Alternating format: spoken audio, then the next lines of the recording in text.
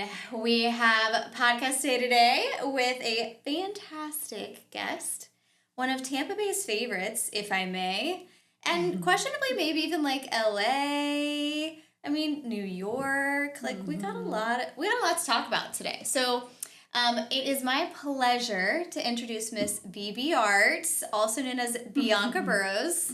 How many people have called you BB Art in person? A lot. Yeah. BB Art, your name, right? Or Bart. People come up to me and they think my name is Bart. Okay, so for the record, it's Bianca. Yes. Love it.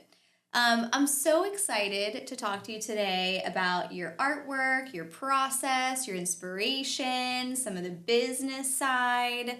I feel like when you think about an artist and their process, they're either really good, like creative mind, but they can't figure the business side out, or vice versa.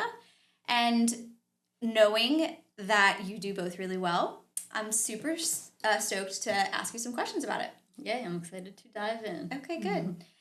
So open us up with a little icebreaker question we've got. What is your favorite piece of artwork in Tampa?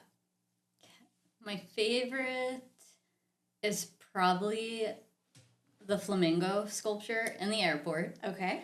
And I probably would have answered that question differently so basically the airport's doing a big call to artists. Yes. For, I think, 5 years from now. That's how long they scope out the artist. Wow. But they gave me a whole tour of the airport, and just the effort that goes into basically commissioning a piece for the airport is so big, it made me respect all the different art in there now. So it's impressive because A, it's a cool sculpture. B, it's became such a cool icon. Yes. It became an icon of the city. So a piece of art literally has became like the Tampa skyline. What we're known for. Thing. Yeah. So I saw somebody actually yesterday with a flamingo pin on her lapel, and it was so cute. And I was like, "What is this?" And she goes, "Oh, I got it at the airport." I'm like, "Okay, this makes sense." She goes, "Oh yeah, Phoebe." I'm like, "Yeah, I do." That's a dream. Yeah. I wish I created that flamingo. That's the dream as an artist, to create something. Right. And it becomes a city's icon. That's amazing. So that's awesome. All right. Well, Tampa Airport, if you're listening, we know you are. Hey, Phoebe. Yeah. Okay. So how long have you been at this? How long? I feel like I started... When's the first time you sold a piece of artwork? High school. High school... maybe college. Maybe freshman year of college, because that's when everyone was on Facebook, and I've always promoted myself online. Yeah. And I actually remember it was a painting of Drake, and it was a quote. I painted so honestly rap culture in my early years, and it was a picture of Drake, and I think someone bought it for $55. Yeah. Yep. So that's when the entrepreneurial journey of creating art and selling it. Did you know that's what you wanted to do as your profession back then? Or were you just I think somebody will buy this? No, I kind of always did know. Yeah, I pretty much always knew. Yeah. I wanted to be an artist. And then in college, so I went to community college in New York first for 1 year. Yeah. And then I came to University of Tampa, and they actually took us to New York City for Art Week. And we went into this artist studio, Alyssa Monk. She's a very realistic painter. And she was so pretty. She had a studio in Brooklyn. I'm like, I want to be her. Yeah. She was small, brunette. I'm like, you're my inspiration. The visions could align. Yeah. So, yeah, I kind of always knew that I would go down this path. The amount of people I imagine who, let's just say, have a passion and can turn it into a sustainable business, they're very few. And you have done that incredibly successfully throughout your career and reinvented versions. I like that you were just, in fact, before we were chatting about old Bianca, cultural impact. I've got your Biggie sticker and your Kobe stuff. And I think there was a lot of cultural influence, and you have evolved, right? So how does that happen? At what point is it conscious, or do you just see new inspiration and start creating towards that direction? My personality. Brittany and I, off camera, are pretty good friends. And I think it's so important that you do evolve, like people evolve and you force yourself to evolve, but I mean you do either way. So yeah, I mean just from painting as someone in college where I'm probably like listening to more music, hanging out with my friends more, and now I'm like hanging out with clients more, Right. focused on business more. So there was a shift that I guess more pop culture to more business and branding, and now my interests are just so different. Like now I paint paintings about like abundance, or if I do a Kobe piece, I'm working with an interior designer that I'm like, let me see the patterns, let me see the paperwork, Yeah. let me see the wallpaper, the wall color. So yeah, I mean, I evolved, my art has evolved just due to Who you everything. are. Yeah. Yeah, like who you are as a human, and your Yeah. art has followed that transition too. Mm-hmm.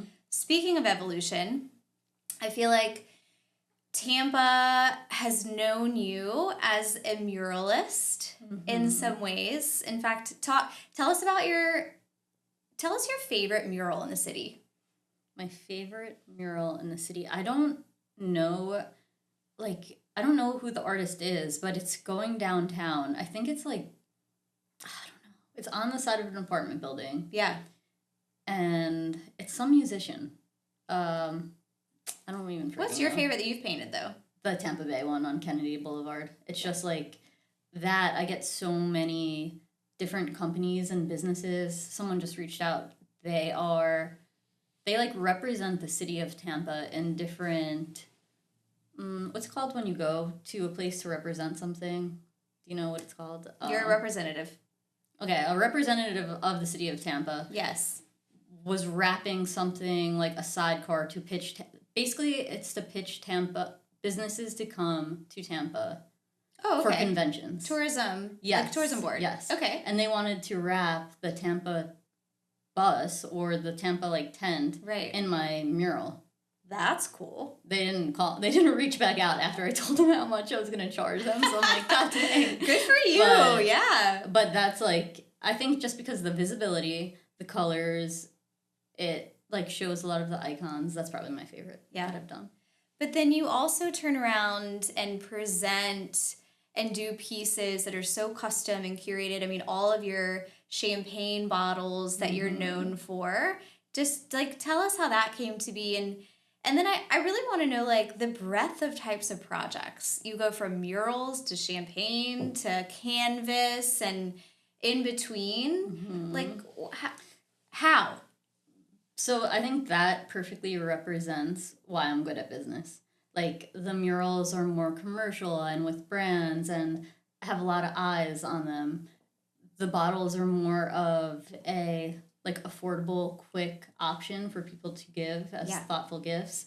And I always wanted something like that. Like I wanted. What was the first bottle you did? Who'd you do it for? What was the inspo? Allie Lamb is an event designer and an event planner in Tampa. And she had a client she just had a client party and she was like, hey, my client like requested this crazy idea. Have you ever painted on a Don Julio bottle? And this was before like people were doing them. Like now you see them all over Instagram. I still think mine are the coolest. They are. But yeah, this was before they were like super popular. And I'm like, oh, I'll try. And they came out so cool. It was before I was doing paper on them, so it was just like spray painted. But yeah, that was the first. An event planner friend was like, can you do this? And I was like, I'll try. Yeah. I love it. And that moves you into so many other projects. And how and why you're able to serve different businesses for different things, right? Because you're not just like a one type of artist. And how I could get into people's homes, people's businesses, people's parties, people's events. Like I really do enjoy doing all those things because I would get bored of doing one. Right. And it also typical creative mind. Yeah. But it opens me up to like a lot of different clientele with a lot of different price ranges. Right. What's your favorite piece of art that has been commissioned that you've painted or designed? Probably it's like a big Kobe Bryant painting, and it's my favorite just because A, I got to work with my friend who's an amazing interior designer.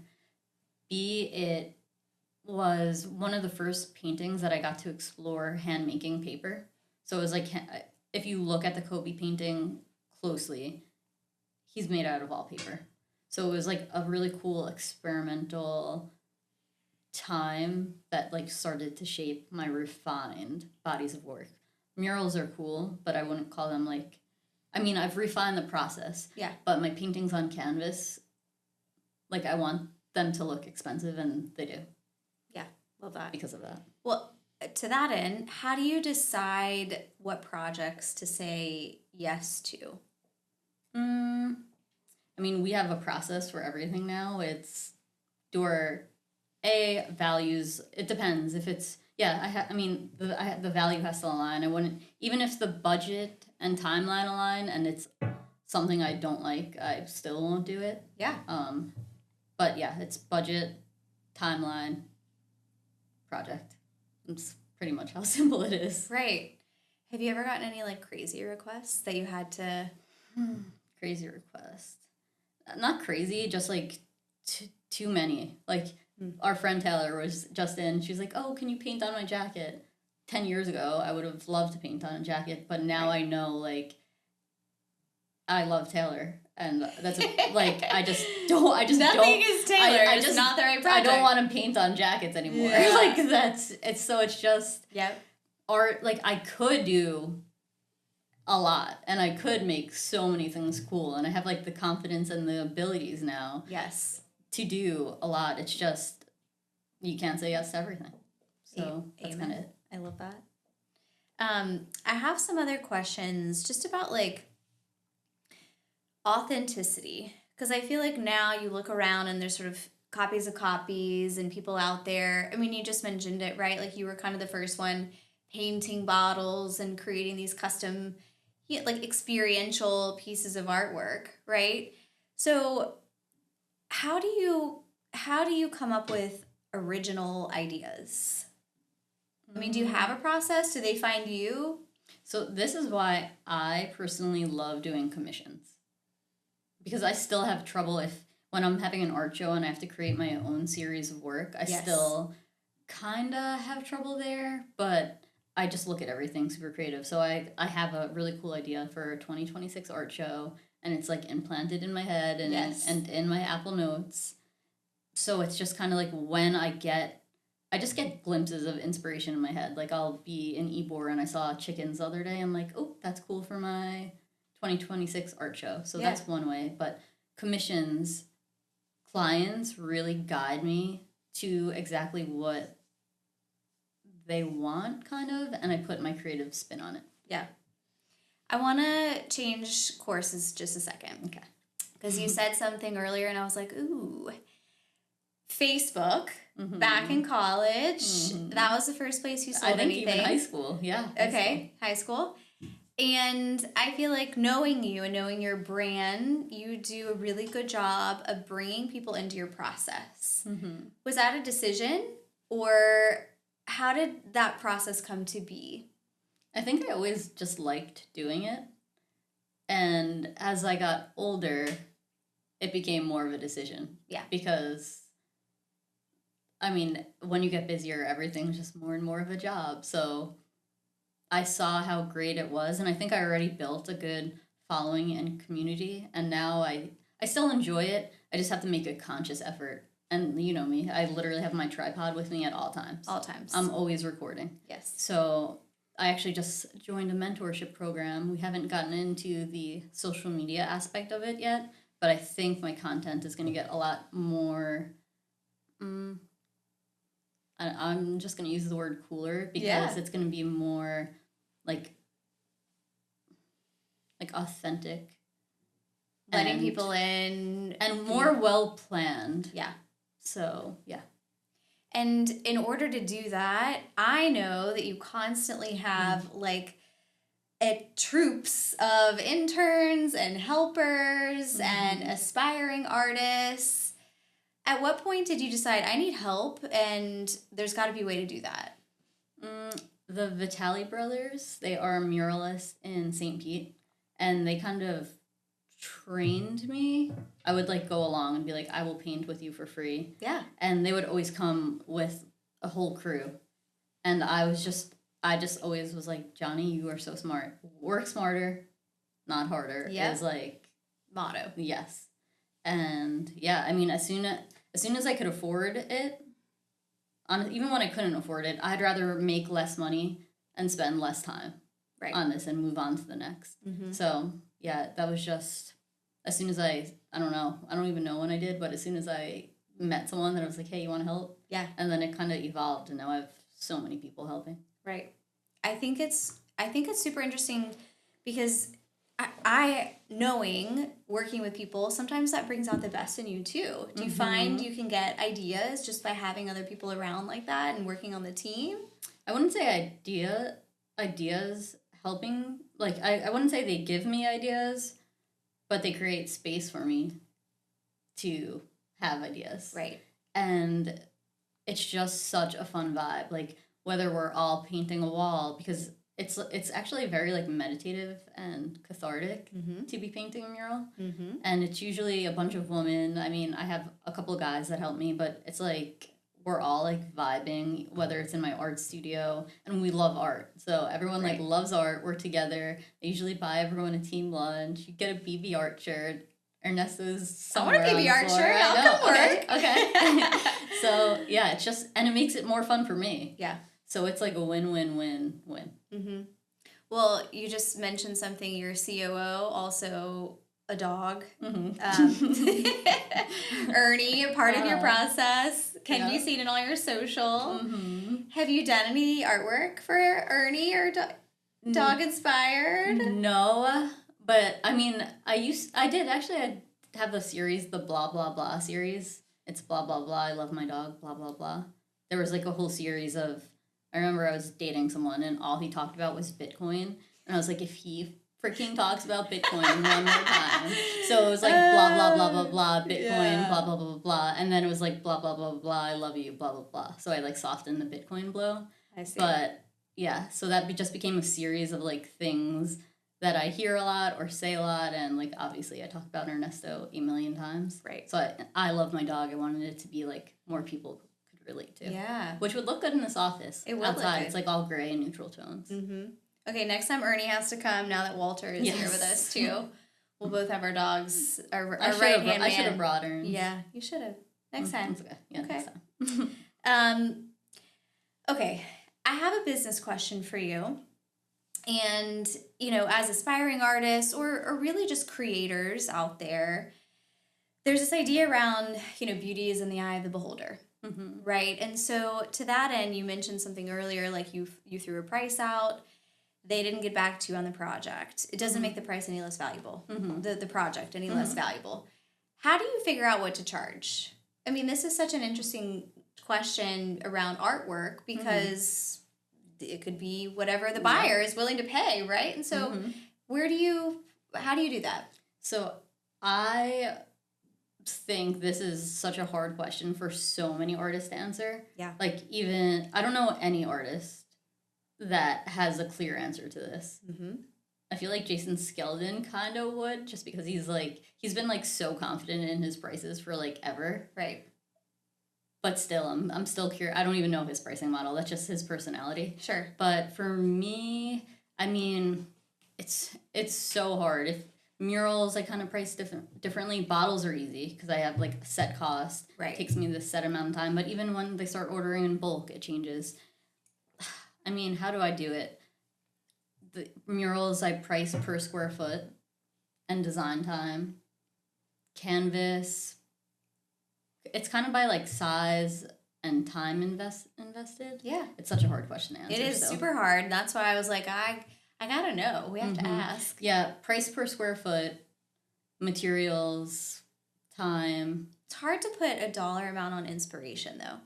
Like it is, but like you said, it's a business. So we do it every freaking day. She's like, everything's for sale. But yeah, it's just, I don't know now. I'm having like a hard time finding the exact answer, but I promise I charge people all the time. Well, I think you should be charging your worth, right? And that is the creative process. Yep. So it's good that you're getting no's. That means you're charging what it's worth. Well, I would have never done that besides this past year. Like this year we have like triple of what I used to have minimum. Like, I will not take a project on. Like, that's why I couldn't paint on Taylor's jacket. Yeah. If it's not $1,200, I Right. can't do it. So She's high in demand, folks. yes, but it clears time. Like, if I Yeah. said yes to everything, I would be going insane. Yeah. So You wouldn't have space to do the stuff that you really want to do. yeah. Speaking of, what piece of art or project are you most looking forward to this year? Well, the Tampa International Airport is having a call for artists. It opens February 5th, and I went in like so confident. I'm like, oh, they definitely know who I am, blah blah blah, and and they did know who I was, but they're like, yeah, like 650 people apply to this, and they fly in artists from like Switzerland and here and here and here. So I walked out of that so humbled, so humbled. Mm-hmm. But that, if I get that, I will be walking on air. Okay, well, we're rooting for you. Everyone manifest. They need... okay. Manifest They definitely need a Tampa local. Yes. You can't go hiring somebody from Switzerland to put in our own hometown. Well, I think that's like the hope I'm holding Yeah. on to. So we'll see. It. Okay. We're at time. It's never enough. We do have some rapid fire questions. Okay. So I'm gonna breeze through these. Does that mean I have to answer super quick too? As quickly as you can. Okay. Who's your favorite artist? My favorite artist. Oh God, I don't know. That's Too all right. hard. What is your inspiration behind your art? My inspiration behind my art is collaboration, abundance, growth, paper. Love. Where is your favorite Tampa spot to brainstorm ideas?